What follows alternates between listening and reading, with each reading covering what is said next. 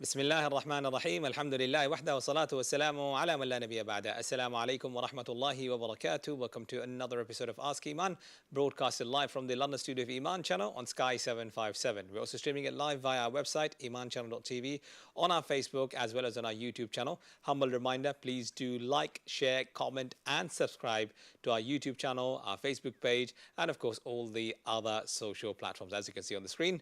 Contact details 0203 515 0757, our studio number 07916841483, our WhatsApp number. International viewers can definitely use the WhatsApp number, and of course feel free to drop us a text, and you can also leave your questions in the comment section below, either on our Facebook page or on our YouTube channel. I'm your host Qamarul Islam. Joining us today, none other than virtually Sheikh Dr. Abdul Majid. Assalamu alaikum.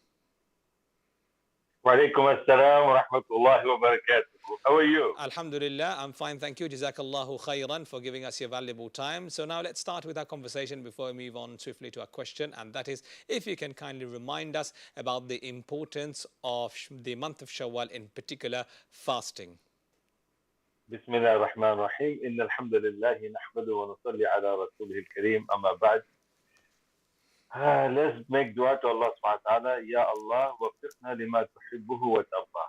Allah, give us tawfiq in the things that is making you happy and making you, give us tawfiq to do the things that is beloved to you and that makes you happy. Alhamdulillah. Amin. Prophet Muhammad sallallahu alayhi wa sallam has said that if a person fasts the month of Ramadan and then continues with the 6 days of Shawwal, Allah subhanahu wa ta'ala gives him the reward as if he has fasted the whole year. And that is counted in a way like, 36 days multiplied by 10 becomes 360 days, which is nearly a year in Islamic calendar. So that's the reward of a person who fasts 6 days of Shawwal. And it can be, there's a flexibility in that if a person wants to fast all 6 days in one row, he can. Or if he has to break in between, like alternative days, he can do that. Or he can choose Mondays and Thursdays of the whole Shawwal, 4 Mondays and 2 Thursdays, or 2 Mondays and 4 Thursdays, like that. So this is the Sunnah of Prophet Muhammad sallallahu, and this is what he has, told us. And also, if a person wants to fast the 13th and 14th and 15th of Shawwal with the intention that is fasting the 6 days of Shawwal, he can do that and add 3 more to that. So it's flexible. He can divide all these 6 days of Shawwal throughout the whole month. Excellent. Jazakallah khairan for that. One of the common question which comes up, and I thought, let me ask you this. What should our sisters do? Do they make up the qada fast first, or keep the 6 Shawwal, or can combine together? Normally, it's considered to be firm.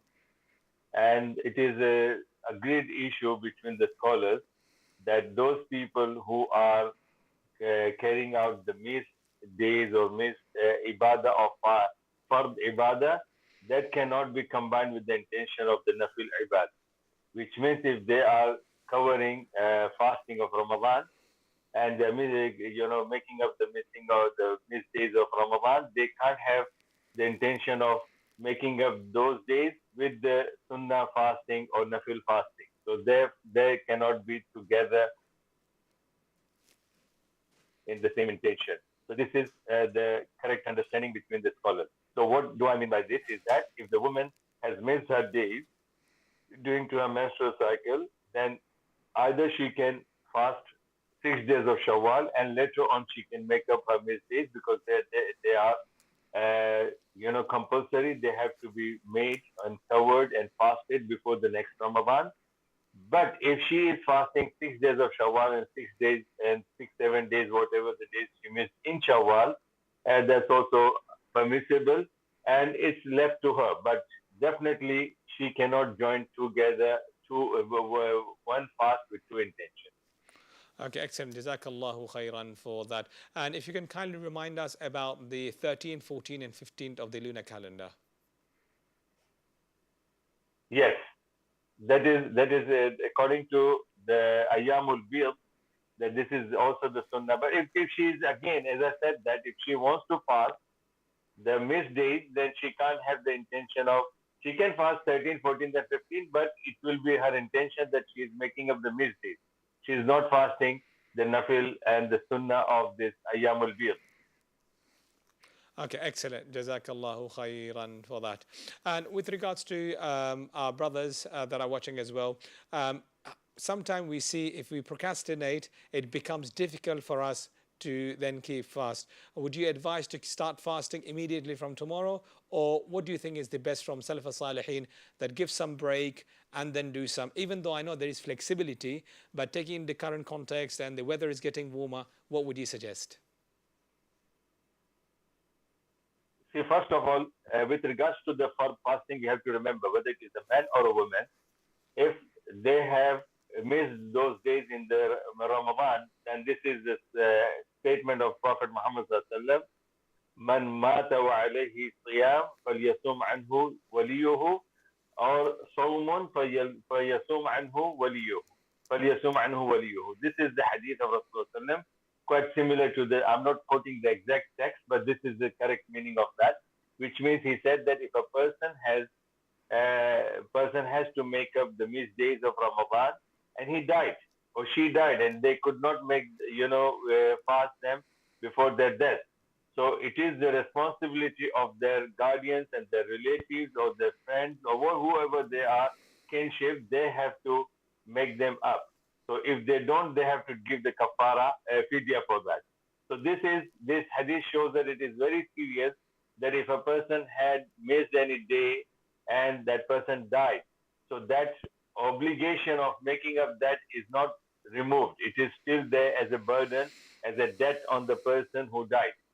So based on this, if a person is, if he has missed or she has missed, then my personal opinion is that they should not take the chance, and after the first day of Shawwal, completing the Eid, they should try to complete the missed days that they have missed. So because I'll tell you my days, I was for 10 days I was in Dubai, and due to my traveling, some of the days I missed. So I decided that before fasting the Shawwal, I should make up those days which I have missed due to my traveling, because I don't know, life is short. A person can, be off anytime. So for that reason, this is my personal opinion, that we should not rely on the relatives to do something which is left a debt on our head. We should do it in this life when we are alive. It should be clean from the debt. And one of the debts is this, that if a person had missed some days of fasting and he or she did not make it, then that remains as the debt on that. So this is my first opinion, my advice, the personal advice, that they should make up these days first.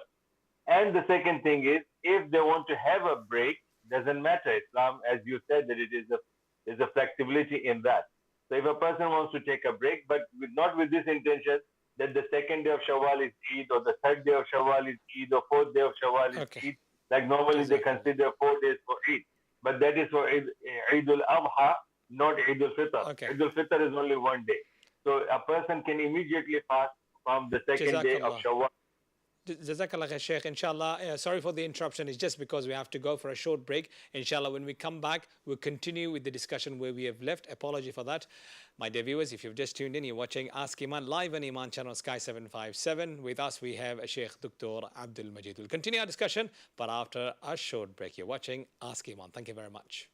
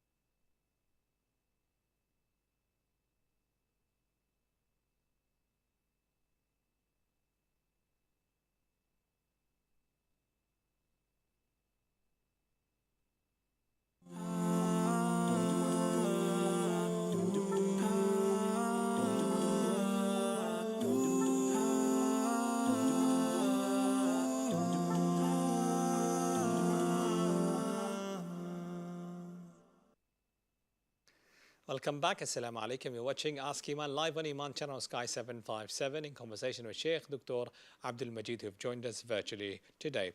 0203 515 0757 our studio number, 07916 841 our WhatsApp number. Both the numbers are displayed at the bottom of your screen. And we're also live on Facebook page, YouTube channel. So don't forget to like, share, comment, and subscribe to all our platforms. And you can watch us through our website, emanchannel.tv. Sheikh, before we went into the break, sorry I had to interrupt you. We were discussing about what should a person do in terms of the days are getting longer and it's getting warmer. Should we procrastinate or get it done and out of the way as soon as possible? You were answering. Yeah, Bismillah ar-Rahman ar-Rahim. In short, that it should be better. The better is that a person should finish his missed days as soon as possible, because life is short and a person may, pass away or die soon, or and the debt of the missed days remain on the head of the person who died. And Prophet did instruct that it should be completed by the people, the relatives. But we know that most of the time the relatives, they don't actually care for what if they might not even know that this person who died had got any debt or not. Alhamdulillah. So to be on the safe side, it is better to finish the days that you have missed, which is fard, which is compulsory. You have to make them up. And if a person, due to any medical reason, after consulting the doctors, if the person cannot do it, then the fidya is certainly for one day, one meal for a poor person. And if a person wants to take a break and wants to go ahead, take rest after 30 days, 29 days of Ramadan, that's flexible. And the last day will be before starting of the Ramadan. This is how the wives of Prophet Muhammad used to do. They would make up their days in Shawwal, a month before Ramadan. So we have a flexibility in Islam to this. But alhamdulillah, as I said, the better thing is that the best is that a person should do it as soon as possible. But if he or she wants to take a break, that's also permissible in Islam. So the flexibility is there, inshallah. Okay, excellent. Jazakallahu khairan for that. Hope that is clear. Now let's move on swiftly to our questions, inshallah. And we have to thank our viewers who have started questioning us and have started sending us questions. Now let's start with this one. The first WhatsApp question: at what age should a male child start paying zakah on any saving that exceed the level of nisab? Even though it talks about male child, if you can kindly cover male and female, both boy and girl. Bismillah ar-Rahman ar-Rahim. There is no age limit. There is no age limit. If the terms and conditions are there, then the zakat is there for the child. Like, for example, if a child is newly born now, and his parents, la qaddar Allah, if the parents died, or one of them died, and this out of blue, this boy or a girl became millionaire, or has reached the threshold of 4,000 plus from today's our timing. It is 4,000 plus should be the minimum amount that a person should have as a saving. So if that child who is a newly born child and got the gift or even inherited from the death of the father or the mother, then the zakat is wajib, and the guardians have to pay the zakat. The second condition is that the zakat will be paid after completing of 1 year. So it's a threshold of the amount and completion of the 1 year. These are the two conditions, regardless of the age of the male child or a female child. Okay, and with regards to it's a common question, with regards to saving, if it's in the child's name, whether it be boy or a girl, and it can't be accessed, can the zakat be deferred, or does it need to be paid annually? How is that working? For example, if you have a fixed account and the child can only access the account at the age of 18, before that, legal age, not puberty age, at the age of 18, the child can access the account. So parents might have opened it on behalf of the child. What does the parents do, or what does a child do? Can they pay zakat? Because it says fixed account. They cannot withdraw money, but they can only deposit money. Okay, that's again, suppose if they are depositing the money from the day they opened the account. But if the amount has not reached the threshold, even at the age of 18, no zakat for the child. But suppose the child was maybe 10 years old and the zakat, that at that particular year the threshold was exceeding or reached the same threshold, like 4,000 plus something, then the counting of the zakat will start from there, regardless of whether you pay them or you don't pay them. But the zakat due will be zakat will be due from that particular time, completion of 1 year, then 2 years, 3 years, till the child becomes 18 years old, unless the amount goes, it drops down from the threshold maximum amount that is called as nisab. So that is the thing. If a person is and at any age, maybe as I said that when the account is open, unless it has reached the threshold, no zakat. The time when the saving is increasing and is being deposited, and when it reaches the threshold, from there till 1 year zakat is there. Then if it is same, 2 years zakat, 3 years zakat, till the person has taken out his money, when he is able to access to that money. But if a person does not know, then the guardian has to do this, and guardian has to be, they are responsible. And if the child when reaches the age of 18 years and have the access to the money, and then he knows that from certain year the zakat was due on me, then he has to take out the zakat of all those previous years. Okay, excellent. And in Islam, kindly, if you can clarify, is it the age of 18 or when puberty hits?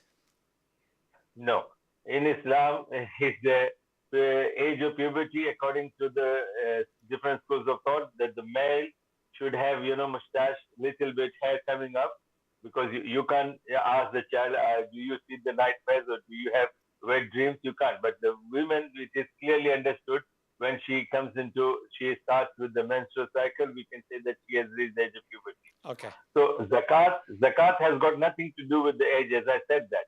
But as far as the age of puberty is counted, yes, age of puberty is something which is considered in Islam as a person has reached the age of puberty, which is matured, and every obligation of Islam is due upon him, or her. Okay. So they have to fast, they have to pray, they have to give zakat. If they have the ability, they can go for Hajj as well. Okay, Jazakallah khair for that. That's clear now to us, which basically means all the shurut of Islam gets applied. However, if you have questions, anything related to that, feel free to pick up the phone and dial the number using the number that is displayed at the bottom of your screen. We'll be right back in a few moments. You're watching Ask Eman. Thank you very much.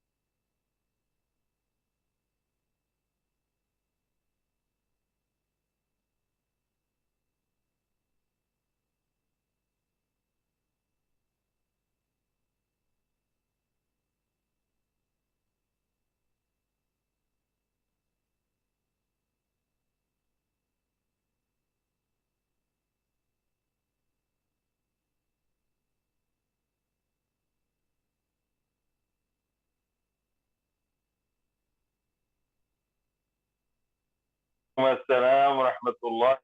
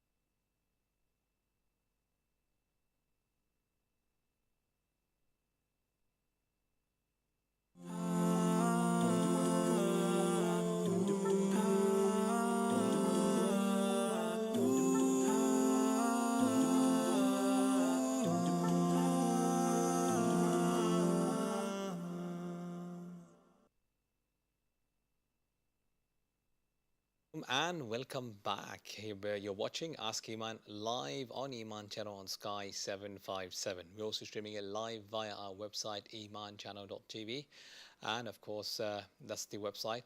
We're also live streaming it on our Facebook page, on our YouTube channel. And humble reminder, please don't forget to like, share, comment and subscribe to all our platforms, including our Facebook page and of course our YouTube channel. Feel free to call us on 0203 515 0757, our studio number 07916 841 483, our WhatsApp number.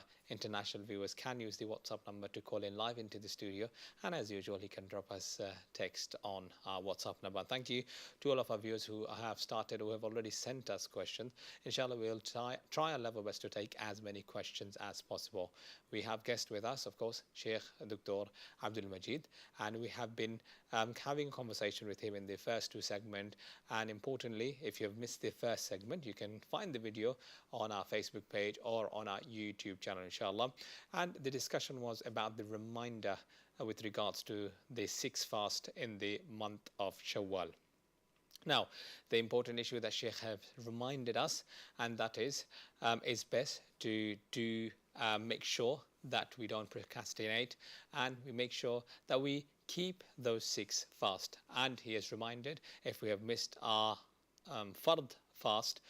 With regards to our sisters, he has also told us what should we be doing, and because these are faraid, the priority should always be given to the fard fast. And of course, we still have enough number of days.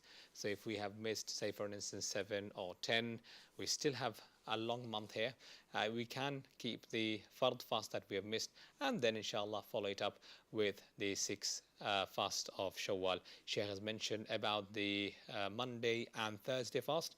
We can combine that with the 6 of our Shawwal fast, and of course he has also mentioned about the 13, 14, 15 lunar calendar fast, which is of course we know it as the white days.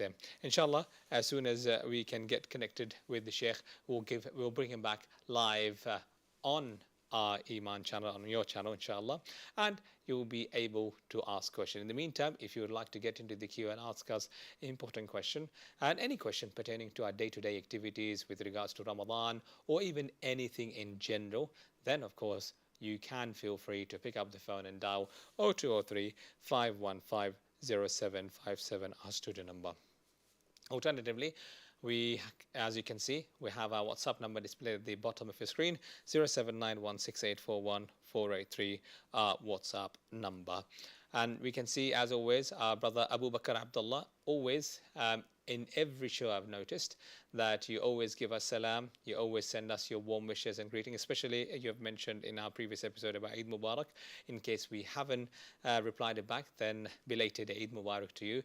And I always make sure that I always read your message, and you always make sure you're the first to send us the message before the show even starts, and you're the last even to send us your salam when the show ends. Jazakallah khairan for being the valuable viewer and being an important contributor to the show. Feel free to ask if you have got any question with regards to any fiqh masala, day-to-day activities or life, then you can call us or you can drop us a message either on our YouTube channel or using the number displayed at the bottom of your screen, the WhatsApp number. Once again, humble reminder, if you're not in front of the TV screen and if you're listening to the show, then you can dial 0203 515 0757, 07916841483, our WhatsApp number, and we have with our Sheikh Dr. Abdul Majid. Inshallah, we'll try our level best to get connected, to speak to him and pose your questions that you have already sent us, alhamdulillah, through various channels,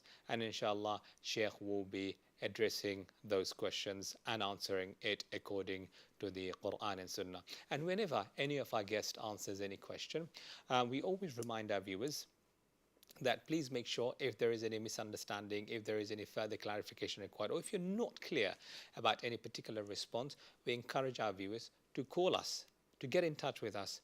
If need be, leave us a message, drop us a WhatsApp text, leave us a comment in your Facebook, on the Facebook page or on our YouTube channel, and we will always try to make sure we get those information or the feedback that we receive to the relevant guest. And inshallah, if need be, if a particular question requires a further clarification, or if we need to deliver the answer again, perhaps making it more clearer, we will always make sure that we will do that so that the information that is provided from this platform is clear and it should not cause any kind of confusion or misunderstanding. And that's why it's your responsibility as viewers that you're watching the program, whether now or later, whether it be through our Facebook page or YouTube channel or even the repeat of this program, that you can always get in touch with us. You can use the contact details on our website, emanchannel.tv. The contact details are displayed at the bottom of your screen. And of course, you can call us. We are on every Tuesday, Wednesday, Friday and Saturday, with the exception of Wednesday, which is Ask Eman Urdu. However, the show on Tuesday, Friday and Saturday is always Ask Eman in English language. So inshallah, you'll be able to ask us questions, and it is always between 8 to 9 and the normal service resumes, because in the month of Ramadan we had a different timetable. Now let's move with us. I've been told now Sheikh is with us. Sheikh Dr. Abdul Majid, can you hear us? Are you with us now, inshallah?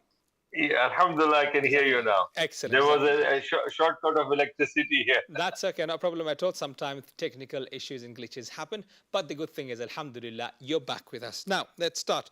The important question, as you know, Sheikh, Ramadan is over, Eid is over, which basically means the summer vacations are coming up, summer holidays are coming up, and this also means that a lot of weddings will be taking place. And that's why we have got a question with regards to the wedding. And we've got a couple of questions, in fact, on WhatsApp, and I can see on YouTube channel as well. But let's start with the WhatsApp first. How is Mahr decided and who decides it? Is it purely between the couple or should the parents be involved in either or both sides? Bismillah ar-Rahman ar-Rahim.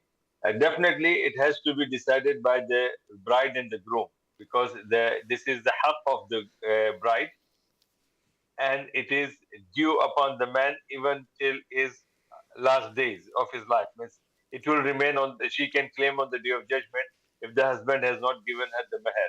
And the minimum mahr, there is no limit to that, and maximum also is not. There is no limit. But yeah, the elderly people, why we say that in Islam arranged marriage is really encouraged, because in case if there is something which the girl can't understand regarding her rights, or the boy doesn't know what are the rights of the bride, so the elderly people, they know according to the Sharia they can get involved into this, and they should not be, the mahr should not be the hindrance or barrier that the marriage won't go on. So because sometimes they don't agree with the mahr, and that could end up by breaking up the relationship, and they don't want to go for the marriage. So then this is because sometimes the parents of the girl, the bride, they want to have a security for the girl, so they put lots of conditions with the mahr as well. They say that this must be the mahr, and if this is not being paid at a particular time or in this condition, then we will not agree with the marriage. And sometimes the girl doesn't know whether this is her right or not.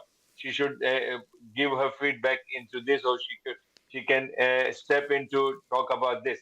So that there is no limit for how much you can ask for. The bride can ask for the mahr, and there is no maximum, a minimum limit for the man to decide. No, this is something, but it should be understood mutually that this is one of the four conditions of marriage to be valid. One of the four conditions, one is the wali. The first is Islam of both the boy and girl, then the wali and two witnesses, and then mahr. So these are the four conditions, and one of them is this mahr. So it has to be decided. Definitely, it has to be decided by the elderly people as well, because sometimes nowadays, like in Urdu, we say "pyar andha hota hai." So these young couples, when they get married, they are not using actually their intellectual gift that Allah has given to them. Instead, they fall into love, and it's the saying that the love is blind. So with that means, what does it mean? That there are certain rights for the girl, there are certain rights for the boy, and because the love is blind, they overlook through those rights. And one of them is the mahr. And most of the time, the mahr is been taken by the families, and sometimes the boy does not. Didn't give. He is not giving the mahr to the girl. So boy side, they should be careful. The boy has to, the groom has to give this mahr when it is agreed at the time of wedding, and this is the right of the girl, and she can, till on the day of judgment, she can claim for her mahr if it is not given in this life. And as I said, that can be minimum, can be maximum. Minimum was the Quranic verses of some surahs of the Quran. Like Rasulullah, a lady came and she offered herself to Rasulullah for the marriage. He said, "No, I'm not interested now." And then there's another Sahabi said, "Ya Rasulullah, if you are not in need of this woman, I will marry her." So they agreed with the mahr, and the mahr was what? Because the man was not financially, capable of giving some gold or money or something like that. So he agreed to, teach her some surahs which he has memorized. And Prophet ﷺ, Sheikh, I think we cannot hear you at this moment in time. I think she said yes. Yeah. Yeah. Yeah, we can hear you now. So Sheikh, proceed. yeah. Yeah. So she said that yes, I'm happy with this mahr. And maximum, the meher of Ali radiallahu anhu, when he got married to Fatima, the daughter of Rasulullah, the meher was given by Abu Bakr and Uthman. They arranged it and they gave, because Ali radiallahu anhu was also not capable of giving money at that time because he was not a rich person. So that way, there's no limit to it, but it has to be understood mutually from the girl side and the boy side, that they should not, girl should not, the groom, bride should not demand the meher of a prince from a normal person, that I need this amount, and that could be the meher maybe prince can give, not the normal ordinary person. So that has to be understood and put into consideration, inshallah. So basically, we have to be reasonable, we have to be practical, Yes. pragmatic, and not be living in a particular world where we see what we see on the screen, TV screens, and online. We have to be real and practical. Is that correct, Sheikh? Yes, mashallah. Okay. Beautiful. This is something which I like of you. Whenever I give it like an answer for 10 minutes, 3 minutes, 4 minutes, you summarize them in few words, mashallah. No, Jazakallah khair. I'm learning from you, Sheikh, and all the other guests that appear on Ask Eman, alhamdulillah. And of course, just to clarify, if any non-Muslim viewers are watching the program, when Sheikh mentioned arranged marriage, it's not forced marriage, it's arranged marriage. It basically means the consent of the bride, the would-be bride, the would-be groom, the families get involved, and mutually they agree to carry this proposal further. Or it can also mean the proposal may not get further. So please kindly let us not get confused what we see in the mainstream media, but let us understand the context in the right term. If you have confusion, then it's for you. This show is, you can ask us questions by picking up the phone and dial 0203515077. You can drop us a text on 07916841483. Now, Sheikh, let's move on to another question of marriage, because I thought this is also important, and it's one of the common questions that we get asked. I'm sure as an imam you get asked. Abdullah, on YouTube channel, he's asking, are we allowed to go to weddings or gatherings where there is music played loudly? Alhamdulillah, see, normally music is not allowed, and it is considered, as said by Rasulullah Sallam in Sunan Abu Dawud, the music is a mazamiru shayateen, it's the flute of the shaitan. So we have to remember that, and anybody who is part of that gathering willingly, sometimes the person is not willing to go, but he is maybe, because to keep up the kinship and all those kind of things. But otherwise, alhamdulillah, we know from the practice of the Sahaba that they would try to avoid the sound reaching their ears by whatever the means. It could be this way, could be birds in the ears, could be headphones in the ears. And if first of all, alhamdulillah, this is the time where you can't convince our relatives that this is haram, because they are not following the Sharia according to Sharia. They are not arranging the marriages according to that. So definitely, and they, as I said, that this excitement makes people blind, and they are bound to, or they are like slave to the cultural practice, and they follow that. So if somebody wants to go for it without creating any facade and corruptions and problems between the families, then alhamdulillah, that person can go. But if there is, a person doesn't think, he thinks or she thinks that if I stop, if I don't attend, they will learn some lessons, and which is, I don't think so the people will care. They will say, oh, come on, man, who cares?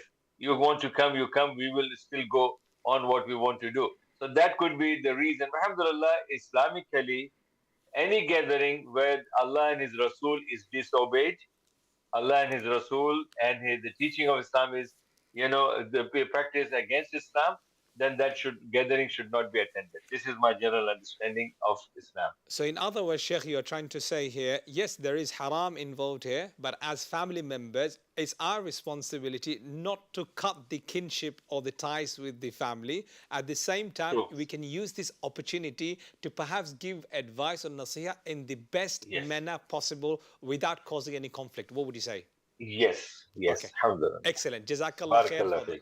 Barakallah. Jazakallah khair, Sheikh. Sheikh, our time is up. I'd love to continue our conversation as always, but unfortunately our time is up. But inshallah, I hope to see you soon in our future episode, and of course, in particular, in the studio next to me, inshallah. Jazakallah khair for once again for giving us your valuable time, to the viewers who have watched the program or who will be watching it later, and of course, sending us questions. Apology, we couldn't take all the questions, but inshallah, in our next episode, which is next week on Tuesday on the same show, in the same channel at 8 p.m. And inshallah, we'll be continuing with this question. And of course, we'll be taking many more new questions. Until next time, subhanakallah wa hamdik, nashhadu an la ilaha illa anta, nastaghfiruka wa natubu ilayk. Wassalamu alaikum wa rahmatullahi wa barakatuh.